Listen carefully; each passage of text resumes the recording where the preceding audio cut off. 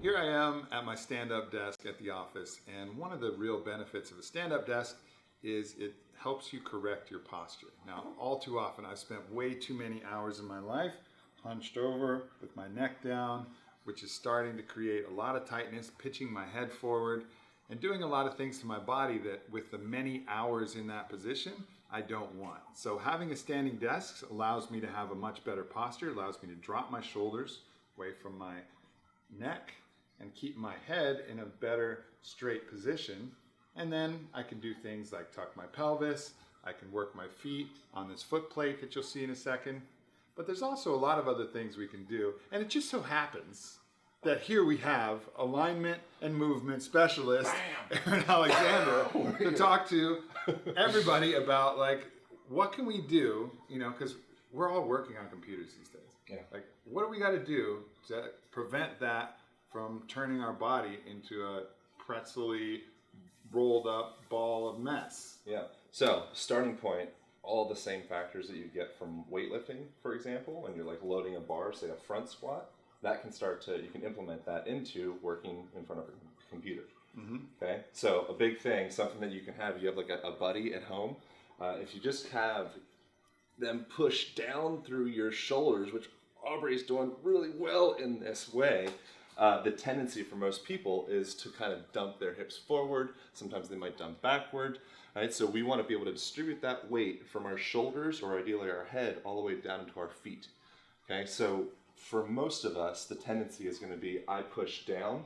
Aubrey's pelvis tends to go like that direction, kind of like the cowboy walk thing. So allowing ourselves to kind of tuck the pelvis just a pinch, okay? And then from this position, we can imagine we have a string on the back of our head. It's kind of reaching up. So the tendency for a lot of people is to reach the chin up. I want the chin to actually slightly come back, and imagine we're slowly being pulled up from that position. Starting point, all right? Another thing to think about is the feet. Most of us, we have the tendency of kind of being a little bit wider with our feet. If we do that, the tendency would be for our knees to drop in, glutes disengage. So we can start from the bottom and just think about putting our feet just underneath our butt cheeks or our sit bones. Okay, so that's going to help with that distribution of weight. And then from here you can play, stand up on one foot, stand up on the other foot. You can sometimes maybe bring a leg out. You could bring a leg up on the desk if you want to be extra badass about it. Like Captain Morgan style. Only way just in here working my emails, bro. Just a slow, subtle pelvic thrust. Come on in, everybody. That's the future. Oh, what's that? That's the future. So I won't be doing that. But mess with it. Move around. And there's no one physical position that is the best physical position. Right? And that's kind of the key. It's like when you're locked in one spot, that's where that atrophying starts to occur. Yeah, right? And absolutely. The key to all of these ergonomics, you might say, oh, well, why does that matter? And you made an excellent point on a podcast that I was just listening to. Like, the more that the body curls in, the more that the spirit curls in, the more that your emotions curl in, the more that you're unable to express yourself with the right kind of posture. There's actually studies that show that by even opening up your arms like this, hormones like testosterone will increase. Like, you'll actually change your physical chemistry based on your posture. And I'm sure that's something that you work with all the time. All the time, yeah. The big thing that people miss with that, oftentimes we want to kind of cheat that system a little bit and say, okay, open up my posture on a short-term level, that's good. But the tendency for us is to outsource that or steal from the lower back. Mm-hmm. Okay, so we open up in the shoulders, but then we end up totally dumping our lumbar spine and our hips dump forward. So it's like this point up, we look great, but then the lower body, let's just not think about it. Yeah. Right? So what I'm suggesting is we start thinking about it from a foot level to a knee to the hips, all the way up to the spine. Have that structural integrity empowerment through the whole entire body. Now from there, we start working into the computer. Mm-hmm. Another thing I would recommend potentially raising the screen up just a little bit, right? So the tendency, so it's like so I would put the screen up here-ish. Now all of a sudden you have even more permission to bring that head back, chin back a little bit, and you can really be growing up, kind of like a flower growing up towards the sun. So like stack of books to bring this thing up. Stack that girl up, right? Yeah. I love that this is separate. Okay, right. You're killing yourself if you're up here because you're just never going to do it. Like riding a chopper. Yes. It looks kind of okay depending on what state you're in, but it just doesn't make any sense. So keeping this down here so you can keep these traps disengaged. Yeah. Another tendency, we as a culture are kind of up in this position all the time. No wonder we carry so much stress up. Yeah, so talking about like all the spiritual and the way that you feel, that's the startle reflex. Okay, so when your neck goes into this position, your shoulders go up in the position, what is that position? That's I'm startled and freaking out. It's also like that androgynous character Pat from Saturday Night Live. That's what I was thinking as I was saying all that anatomical bullshit. I was really just thinking, Pat, you don't want to be like that. No. Yeah, much better like this. Yeah. Another thing that I see you doing all the time is just getting some movement in. So, you know, taking short breaks, you know, dumping into a squat, you know, getting down, figuring out some movement. And then if you have a trampoline like me right next to your desk, this is something that I do all the time. Too. Most people have junky trampolines. The secret about this trampoline is everybody thinks I'm going to hit the ceiling. But I've never actually looked how close I am to hitting the ceiling. You can. No, you're going to hit it.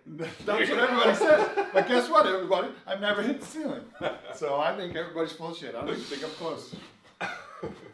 But yeah, a couple minutes of this, and then your body kind of resets. Yeah. And then you can get back to doing what you got to do. And I would also recommend it's not just squatting. Squatting is huge for moving pressure throughout your organs, also engaging your glutes, all that. But also doing something that's a little more like bilateral, monolateral, working both sides. So Like lunges? Lunges. Right? Check this out. This is something that Paul Check had me doing. I try to do this a couple times a day. So he had me actually weighting my head. Yeah, that's what I was suggesting with having a friend push down on you. Yeah. Yeah. So he's having me weight my head and then go into a lunge. That's it. Yep. So it's like forcing really good balance, proprioception, and posture. Yeah. Yeah, so as you do that, so try one time just as a tester. So you'll notice Aubrey, as he's doing that, turn to the side a little bit. As Aubrey's doing that, he naturally pulls his chin back and he finds that sack, whatever it is, from this position. He doesn't find it from that position. Most people, when you say, okay, raise your head up, grow tall through your head, that's our tendency because culturally that's what we've been indoctrinated into. Throw something like this in, all of a sudden you start training that real reaching up, growing up through the spine from the feet. Boom. Bam! Ways.